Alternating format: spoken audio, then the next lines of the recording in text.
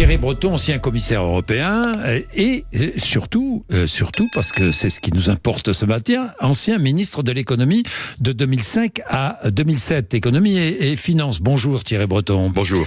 Bien, nous allons regarder ce budget présenté hier par le gouvernement. Est-ce qu'on peut dire, compte tenu des déficits actuels, des chiffres donnés hier, des chiffres révélés dans l'année, qu'il y a eu, il y a un an, mensonge d'État? Non, je crois qu'on peut pas dire ça. Mensonge d'État. Vous savez, le budget, ça se construit effectivement en fonction des prévisions, en fonction des rentrées. Mais vous savez, derrière tout ça, moi je me posais une question. Oui. On a aujourd'hui, donc, on nous dit qu'on va avoir 6% de déficit. Oui. Alors pour nos auditeurs, 6% de déficit, ça veut dire qu'on dépense 180 milliards d'euros de plus que ce qu'on gagne. 180 milliards de plus que ce qu'on gagne. Par parenthèse, oui. Vous savez, Jean-Jacques Bourdin, depuis 1981, vous verrez pourquoi je prends cette date, elle est historique, avec évidemment l'arrivée de François Mitterrand au pouvoir. Depuis 1981, tous les ans, la France dépense, c'est la moyenne, je l'ai calculé, 57 milliards de plus que ce qu'elle gagne. En gros, 60 milliards. Ben, vous multipliez 60 milliards par maintenant 60 ans 43 ans. Hein, non, plus, 60 ans. Oui. Eh bien, vous avez la dette d'aujourd'hui. Tous ces déficits qui s'accumulent année après année, eh ben, ça se transforme en dette. Alors, et là, vous voyez, la moyenne de la France depuis 1980, c'était 57 milliards. Aujourd'hui, on est à 150 milliards. Mais Jean-Jacques Bourdin, ça va durer jusqu'à quand, ça ? C'est ça la question qu'il faut que les Français se posent aujourd'hui. C'est pas de dire quelle rustine on va mettre, c'est un budget de pompier, le budget qui nous est présenté aujourd'hui. Je jette la pierre à personne, mais c'est un budget de pompier. On est là, effectivement, on colmate les brèches.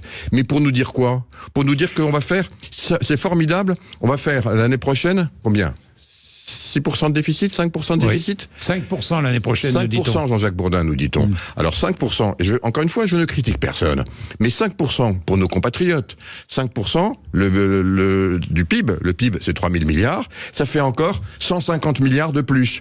Depuis 60 ans, on dépensait que 60 milliards de plus. On est sur un rythme 3 fois plus. 3 fois plus. Alors il faut bien donc qu'on se pose la vraie question. C'est une fuite en avant, c'est une fuite en avant. La seule question qui vaille aujourd'hui, c'est pas évidemment d'intervenir en pompier tous les ans avec un psychodrame, parce qu'on nous a expliqué, et je le crois, qu'il a fallu dissoudre l'Assemblée nationale pour affronter un moment difficile en septembre, parce que le budget allait être très difficile. Mais c'est tous les ans que le budget va être difficile. Alors quoi ? Il va falloir que tous les ans, on dissolve l'Assemblée nationale parce qu'on aura un budget toujours plus difficile ? Non. Il faut désormais qu'on se pose la question, comment on fait pour vivre ensemble ? Comment on fait pour baisser la dépense de l'État ? Comment on fait pour revoir les dépenses structurelles ? Comment on fait pour sortir de ce mythe français ? Alors justement, le mythe Thierry français, Breton, je vais vous poser la question. Je vais vous poser la question. Vous avez été ministre de l'économie et des finances. C'est vrai que pendant 2 ans, vous avez réduit le déficit. L'un des rares, peut-être le seul. Oui, le déficit, mais surtout la dette. Avec Jean-François Copé, on a baissé de 3 points de PIB. C'est la seule fois où on a baissé. Mais on avait une politique qui était résolue. On a dit vraiment, ça va être notre politique. On a passé de 64% à l'époque, vous vous rendez compte, 64% de 67, de dette par rapport au PIB à 64. Mais 3 points de PIB, c'était énorme. On l'a fait. C'était pour démontrer que si on a une politique, on peut le faire. Bien, on peut le faire. Est-ce que vous avez, il y a quelques mois, alerté Emmanuel Macron sur ce danger-là ? Oui, bien sûr. Je lui ai parlé cet été, bien entendu. Vous lui avez parlé cet été ? Bien entendu. Vous lui avez dit. Alors, qu'est-ce qu'il vous a répondu ? Est-ce encore une fois, je ne suis pas là pour faire la leçon à qui que ce soit. Mais comme j'ai des interactions, ce qui était tout à fait normal dans mes fonctions, j'étais commissaire européen, je voyais les choses. Vous l'avez rappelé, je connais bien les problèmes de finances publiques pour les raisons que vous venez d'évoquer. Et donc, c'est vrai que je lui ai dit à l'époque, dans les échanges qu'on a eus, attention, le budget va être difficile, ça va être un sujet majeur pour la rentrée. Et vous savez, ce qui est vraiment incroyable... Que vous a-t-il répondu ? Eh bien, on en a discuté, je ne vais pas dévoiler ça ici, mais bien entendu, tout le monde était au courant, mais c'est quand même absolument incroyable. Moi, j'étais à Bruxelles à l'époque, mais les bras me sont tombés de Bruxelles. Quand j'ai vu qu'on nous explique, et ce qui était vrai, qu'il fallait dissoudre l'Assemblée nationale parce qu'il n'y avait plus de majorité pour pouvoir supporter la discussion légitime sur ce qu'on va faire pour remettre la France dans les rails, pardon cette expression un peu triviale. Et qu'est-ce qu'on a vu pendant la période, certes courte, mais la période des élections législatives? Tous les partis politiques, Jean-Jacques Bourdin, je dis bien tous, y compris ceux qui sont dans la coalition aujourd'hui, y compris, encore une fois, les deux principaux, ils nous ont tous mis pendant la campagne, non pas sur la table les économies structurelles qu'il fallait faire, mais ils ont tous augmenté. Mais je me suis dit, mais on est où? On nous dit qu'il faut dissoudre l'Assemblée nationale parce que précisément le budget il est intenable, oui. Et de la France insoumise. Alors ça évidemment, là c'était vraiment le concours Lépine, c'était champion du monde. Mais le Rassemblement national aussi. Et tous les autres sont venus avec des dépenses supplémentaires. Donc on a raté une fois de plus un moment peut-être court, mais où on avait l'occasion d'expliquer aux Français ce qui se passe et de discuter ensemble de la vision. Moi je vais vous dire. Je ne vais pas entrer dans les détails de ce budget présenté hier. Simplement, je voudrais quand même regarder. Le ruissellement, ça n'a pas marché. Ça n'a pas marché, le ruissellement. Mais c'est structurel, Jean-Jacques Bourdin. Là aussi... Mais ça a été mis en avant, rappelez-vous, par Emmanuel Macron. Mais Jean-Jacques Bourdin, juste un point d'histoire, puisque j'ai entendu avec attention, c'était très intéressant, le débat d'un instant. Comment on en est arrivé là? J'ai fait ce petit retour en arrière. C'est très intéressant. En 1974, la dette de la France est de 14,5% par rapport au PIB. C'est Giscard, on s'en souvient, qui est au pouvoir. Dans le septennat de Giscard, il y a 2 chocs pétroliers, on appelle Raymond Barre au secours, la dette monte jusqu'à 21%. Quand Mitterrand arrive au pouvoir, François Mitterrand, la dette de la France est à 21% de PIB. Quand il part, après 2 septennats, la dette est à 53%. Comment on a fait pour augmenter de 30 points de PIB? Parce que Mitterrand va découvrir la dette et l'usage de la dette pour un usage politique. Il va, et voilà, oui. Je ne jette la pierre là encore une fois à personne. Quand la gauche arrive au pouvoir, on a voulu réinventer 36. Oui. Alors c'était plus les congés payés. Et on s'est dit, qu'est-ce qu'on va faire? Vous vous souvenez qu'elle n'était pas prête. Il y avait ces propositions qui étaient un peu farfelues, on va dire les choses comme ça, qui ont coûté très cher du reste à l'État et à la France. Et il va nous dire, finalement, moi, mon septennat, ma conquête sociale, ça va être de travailler moins. Ok, très bien, pourquoi pas? Mais travailler moins, financer comment? Ça a été la réduction du temps de travail. Ça a été la réduction du temps de travail aussi. Dans la vie, on est passé, souvenez-vous, de 65 ans à 60 ans. Alors que la démographie nous montrait qu'il fallait au contraire rallonger. Ça a été 1,5 million de fonctionnaires qui ont été embauchés. Et comment on a payé tout ça? Par la dette. Et on a fait croire aux Français qu'on était finalement dans une 3e voie. C'était la 3e voie. La voie française. On pouvait travailler moins, maintenir un niveau de prestation sociale très élevé. Je ne le conteste pas, c'est important. Et puis finalement, sans augmenter la compétitivité. Eh bien, Jean-Jacques Bourdin, c'est un dogme. Aujourd'hui, personne n'a osé remettre ce dogme. Quelle solution? Mais il faut remettre toutes ces questions. Quelle solution? Il faut remettre toutes ces questions sur la table. C'est-à-dire? Mais je vous l'ai dit tout à l'heure, on ne peut pas continuer à vivre avec 150 milliards de plus que ce qu'on gagne tous les ans, voire 100 milliards. Mais même 3%, Jean-Jacques Bourdin. On nous dit en 2029, écoutez, en 2029, on nous dit, on va tangenter les moins 3% de déficit. Mais 3% de déficit pour nos auditeurs, ça veut dire qu'on sera encore à 100 milliards de plus que ce qu'on gagne. Donc la dette va continuer à augmenter. Donc il faut une bonne fois pour toutes, que dans notre pays, comme l'ont fait d'autres pays, il ne faut pas s'amuser à faire peur, encore une fois, à tout le monde, mais il faut dire, on s'assoit maintenant, et on essaie de discuter ensemble. Mais qui est les moments présidentiels sont des moments importants. Souvenez-vous, vous avez fait référence, pardon de parler de ça, mais puisque vous avez fait référence à un moment où, lorsque je suis à la demande de Jacques Chirac, ministre des Finances, je dis, nous allons essayer de nous remettre dans les clous de Maastricht. Pourquoi? Pas parce que je suis un dogmatique, parce que c'est un traité. Vous savez ce qu'on a fait? On a commencé par demander à Michel Pébroux, vous vous en souvenez, de faire un rapport détaillé. On avait réuni tout le monde. Donc c'est ce qu'il faut faire aujourd'hui. On avait réuni, je ne sais pas si c'est ce qu'il faut faire, je vous parle d'expérience. Oui. On a réuni tout le monde, les syndicats, les partis politiques, toutes couleurs confondues, les entreprises. Et on a demandé à Michel Pébroux d'animer cette équipe et de nous proposer, de faire de la pédagogie et de proposer des voies et solutions. Et qu'est-ce qui s'est passé? On a fait le rapport Pébroux, vous en souvenez, on en parle encore. Je m'en souviens, on a fait de la pédagogie pour expliquer ensuite comment, avec Jean-François Copé, avec 1000 sentiers, 1000 petits chemins, 1000 réformes, on a commencé à s'attaquer vraiment à ce sujet structurel. Donc il faut à la fois faire de la pédagogie, expliquer la situation. Espérons que dans ce moment un peu inédit que nous vivons, plutôt que de dire ouf, on a effacé et on est passé de presque 7% de déficit, ce qui aurait été vraiment une honte et un scandale, à 5%, ouf, on va pouvoir passer à autre chose. Non, je vous le dis ce matin, on ne pourra pas passer à autre chose. Il faut vraiment se poser ces questions maintenant de façon structurelle. Se mettre autour de la table, et vous savez, si les élections, ça sert à ça. Oui. Donc plutôt que d'avoir un concours l'épine de la dépense publique, comme de façon pathétique, on l'a vu au cours des derniers mois à l'occasion des élections législatives, eh bien voilà, il faut que j'espère de tout cœur que dans le moment électoral, parce qu'au fond, faut pas se tromper, on rentre dans un moment électoral maintenant, puisque les élections sont évidemment maintenant dans 2 ans. 2027. Oui, donc on rentre dans ce moment-là. Eh bien, espérons qu'on ait au moins un parti qui dise aux Français, voilà ce qu'on propose.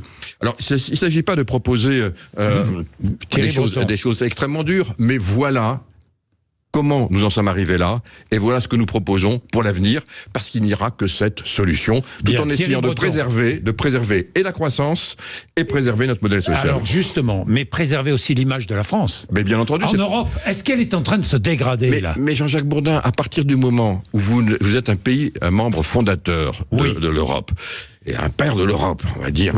Et la France a joué un rôle très important. Et que, effectivement, notre Europe, elle fonctionne par des engagements qui sont pris. On appelle ça des traités. À partir du moment où la France signe ces traités, eh bien, si vous êtes un élément important de l'Europe, vous devez les respecter. La France s'affaiblit. Mais c'est à partir du moment où un pays, et surtout un pays comme la France, ne respecte pas les traités, bien entendu que la France a moins de voix.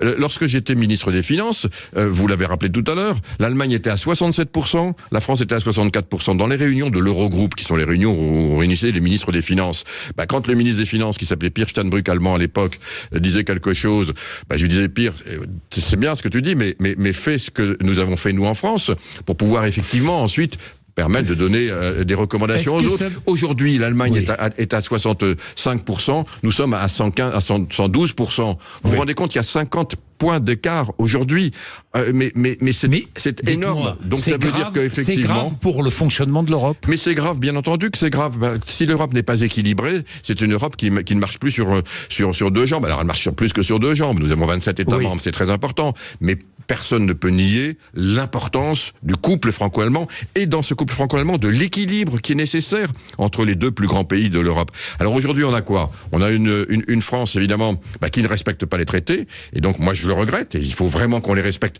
pas par idéologie, mais parce que je viens de l'expliquer à un instant. 3% de déficit, c'est encore 100 milliards d'euros de dette tous les ans. Donc c'est aussi parce qu'on ne peut pas se le payer. Et puis de l'autre côté, vous avez une Allemagne qui souffre terriblement, parce qu'elle n'a pas pris le virage énergétique comme elle aurait dû le prendre. Elle a été trop dépendante du gaz russe, on le sait, trop dépendante du marché chinois, trop dépendante des Américains pour sa défense. Il faut qu'elle revoie tout ça. Alors, voilà. Et avec une Espagne qui va tomber son déficit à 2,5 ou 2,4. Oui, mais ils ont fait ce travail, comme le Portugal et comme la Grèce. Le Portugal, la Grèce, c'est possible. C'est possible. Il y a eu ces grands moments.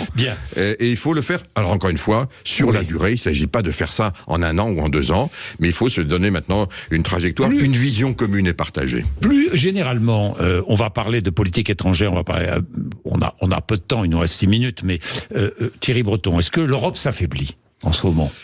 L'Europe est dans une situation qui est une situation difficile, évidemment, parce que vous avez d'abord une militarisation, et je le dis de façon très claire aujourd'hui, des plus grandes puissances mondiales. On pense évidemment à la Chine, c'est très intéressant. La Chine, tous les congrès, vous savez, du Parti communiste, à chaque fois, il y a la vision, c'était toujours une vision économique. Pour la première fois, le dernier congrès, présidé par Xi Jinping, ne parlait plus d'économie, ne parlait plus que de sécurité, c'est-à-dire évidemment de défense. On le voit évidemment aux États-Unis, on le voit avec la guerre en Ukraine, bien entendu, et sans oublier le drame du Moyen-Orient. Et donc, oui, bien sûr, on est dans un monde qui devient de plus en plus belliqueux, et donc il faut que l'Europe soit plus assertive, plus forte, plus autonome, plus stratégique, et c'est difficile, parce que je l'ai fait, moi, quand j'étais pendant 5 ans commissaire européen. C'est cette voie-là que j'ai portée, c'est cette dynamique-là que j'ai portée. Oui, mais cette dynamique, elle est un peu brisée avec la montée volonté de l'extrême droite qui ne veut pas d'une Europe souveraine, avec peut-être l'élection de Donald Trump. Bien entendu. À la présidence, bien entendu, à la présidence des États-Unis. Bien entendu. Il y a évidemment tous ces éléments. Certains pourront même les qualifier de vent contraire. Eh bien, est-ce que c'est pour autant faut-il baisser les bras, Jean-Jacques Baudin? Non. Il faut au contraire être plus assertif et il faut être plus convaincu aussi. Quand Orban dit qu'il faut renouer le dialogue avec Moscou, que lui répondez-vous? Mais Viktor Orban est d'abord, il y a deux choses. La Hongrie dans une situation évidemment particulière parce que non seulement sa géographie, son histoire, on s'en souvient, mais aussi sa dépendance à l'énergie et au gaz russe. C'est le pays d'Europe qui dépend le plus du gaz russe aujourd'hui. Donc, il essaye de ménager la chèvre et le chou. Et je connais bien Viktor Orban, je me suis entretenu à de très nombreuses reprises avec lui. Donc il y a évidemment ce qu'il dit et puis ensuite ce qu'il fait. Donc il faut aller le voir, il faut discuter avec lui. Et finalement, pendant 5 ans, on a réussi malgré tout à l'amener systématiquement à voter les sanctions. Mais ça demande de l'énergie et il faut rentrer dans son jeu. Est-ce que vous trouvez qu'Ursula von der Leyen est allée trop loin avec lui? Eh bien, par expérience, si je peux me permettre, je veux dire, en restant de là où je suis, c'est en discutant avec lui et en l'amenant progressivement à évoluer, qu'on le fait avancer et qu'on avance d'une façon en Europe.